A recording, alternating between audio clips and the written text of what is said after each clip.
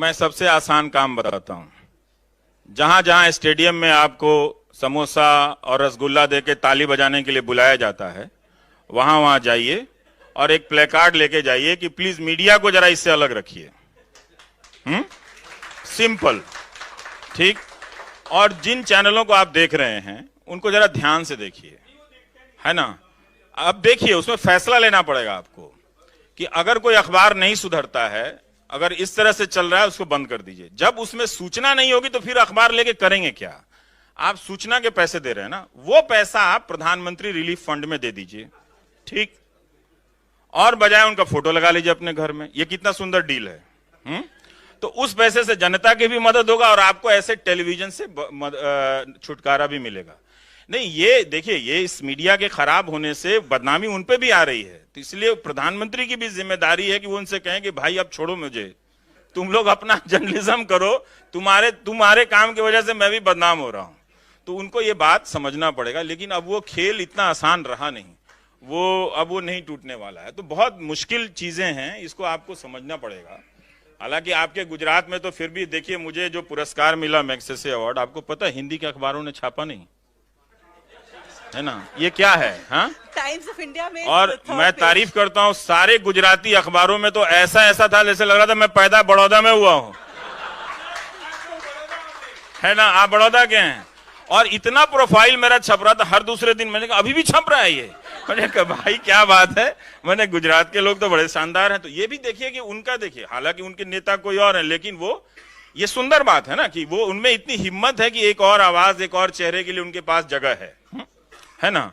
लेकिन आप हिंदी अखबारों में ही, मेरे ही गांव के, मेरे जिले के अखबारों में जगह नहीं है, मेरे पटना शहर के अखबार में मेरे बारे में कोई सूचना नहीं छपती है। बताइए, ये हालत है। तो ये तो नहीं होना चाहिए ना। हम इस स्थिति पे क्यों, गुजरात से सीखिए। गुजरात के कोई ऐसा अखबार नहीं होगा जिसमें मेरे बारे में, मेरी किताब के बारे में छपा नहीं होगा। खूब छपा है। रवीश कुमार जी, एक फंडामेंटल क्वेश्चन करना चाहता हूं मैं आपसे। आपने निष्पक्ष पत्रकारिता की बात करी, तो इसमें हम जब बात करते हैं, सारा मीडिया हमारा टीआरपी के ऊपर चलता है। अब मीडिया को जो फंडिंग आती है, I don't know, political parties काफी बड़ा रोल प्ले करती हैं, लेकिन जो निष्पक्ष पत्रकारिता है, बिना इस फंडिंग, ये बहुत बड़ा सवाल है ये फंडिंग का। देखिए, ये इस सवाल को पहुंचने के लिए, इस बीमारी को दूर करने के लिए, तो एक से पिछला टायर बदलने से तो नहीं ठीक होगा ना। जैसा सोनिया ने कहा कि जो डीएवीपी कहते हैं, अब उसका डिपार्टमेंट बदल गया है, जो directorate of audio visual publishing जिसको कहते थे।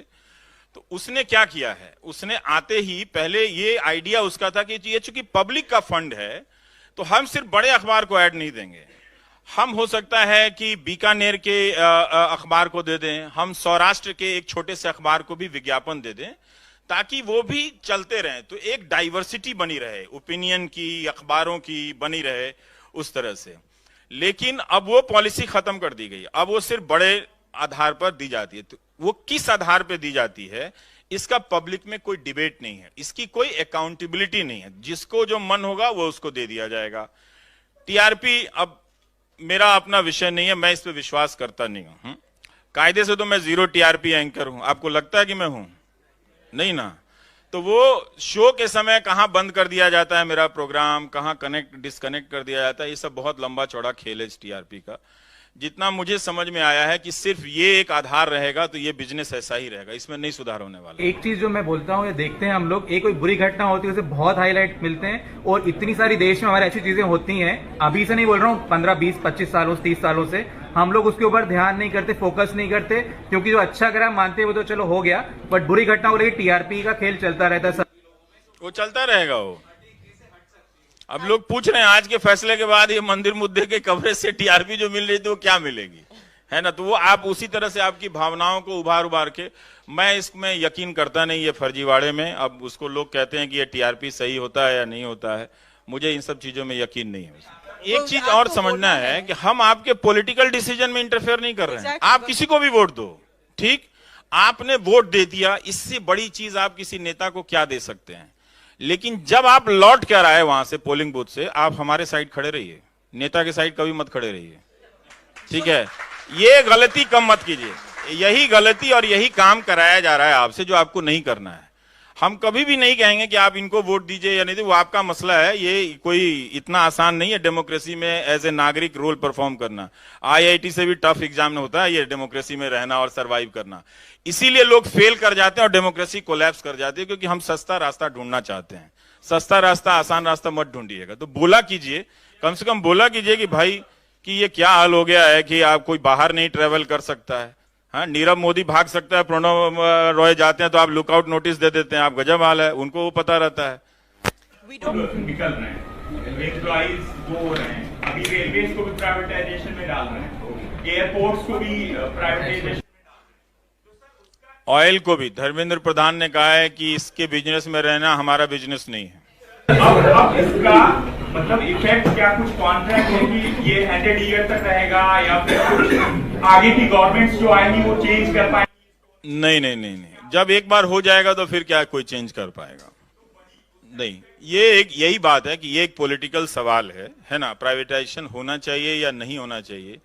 इन्हीं सब चीजों को लेकर आप बहस नहीं करेंगे, आप सवाल नहीं पूछेंगे, तो आप ये नहीं करके आप अपने ही उस नेता का नुकसान करते हैं जिसको आप बहुत उम्मीद से चुनते हैं। तो दबाव बनाए रखिए, तरह तरह के दबाव बनाए रखिए। वो कोई अकेला काम नहीं कर रहा। 40 लाख लोग दिए गए सेंट्रल गवर्नमेंट में काम करने के लिए, 70 मंत्रियों की मदद के लिए 40 लाख लोगों के कर्मचारियों की फौज है। तो आपने जब इलेक्शन होता है तो आप प्राइवेटाइजेशन के सवाल पे वोट ही नहीं करते हैं, आप बात ही नहीं करते हैं। जब इलेक्शन हो जाता है तो जो जीत के आता है उसको लगता है कि ये हमारा इंटरनल कोई काम है, डिपार्टमेंटल, हम उस तरह से करते हैं, जबकि ये फैसला वाकई बहुत बड़ा है। अब बीपीसीएल देखिए, वो उसका मालिकाना हक किसके हाथ में जा रहा है ना। उसमें सर मेरे साथ के कुछ फ्रेंड्स हैं, वहां पे जॉब करते हैं, वो लोग सब लोग अभी प्रोटेस्ट कर रहे हैं। हाँ, पर कुछ उसका इफेक्ट नहीं होता। नहीं, आप इफेक्ट कैसे होगा? वो जब कवरेज ही नहीं होगा, उसकी बात ही नहीं होगी। तो वही तो मैं कह रहा हूं, ये तो मैंने शुरू में ही कह दिया था कि जैसे ही देखिए अब वो प्रदर्शन कर रहे हैं, अब नागरिक बन गए हैं। उन्हीं दोस्तों का फेसबुक पोस्ट जरा 3 साल पहले वाला चेक कर लीजिएगा, ठीक है? हाँ, उन्हीं दोस्तों का चेक कर लीजिए क्या है। आधे लोग मुझे गाली दिया करते थे। ये अच्छी बात है, कोई बात नहीं। ये भी एक बहुत बड़ी अच्छी बात है कि लोग प्रायश्चित भी करते हैं, आके बोलते भी कि हमने गाली दी है, हम माफी चाहते हैं। ये बहुत ही सुपीरियर क्वालिटी है। मतलब जिस आदमी को मैं जानता नहीं हूं सोनिया, वो अगर मेल लिखे कि क्या आप मुझे माफ कर सकते हैं, मतलब मेरा तो सर झुक जाता है कि मतलब यही एक क्या शानदार बात है कि कोई सेल्फ रियलाइज कर रहा है। तो मैं कहता हूं मैं कौन होता हूं माफ करने वाला? आपने क्या किया? तो मैंने आपको गाली दी। तो मैंने कहा आपने कहां गाली दी? ये लीजिए स्क्रीनशॉट। मैंने कहा यार ये तो बड़ा भयानक है, ये इतनी गाली क्यों दी? और ये 1-2 के लेवल पे नहीं हो रहा है, 1000 से ज्यादा तो मेरे पास स्क्रीनशॉट रखे हुए हैं इसके। तो ये बहुत सुंदर बात है। तो लेकिन जब वो आपके दोस्त लोग अब नागरिक बन रहे हैं, प्रदर्शन कर रहे हैं, सरकार को अपनी आवाज सुनाना चाहते हैं, यही बात है। फिर सरकार सही है या गलत है उस पर फैसला लेगी, लेकिन अब वो मीडिया के लिए नहीं है। लेकिन यही वो 2014 के पहले अगर वो प्रदर्शन कर रहे होते तो वहां पे 50 कैमरे लगे रहते।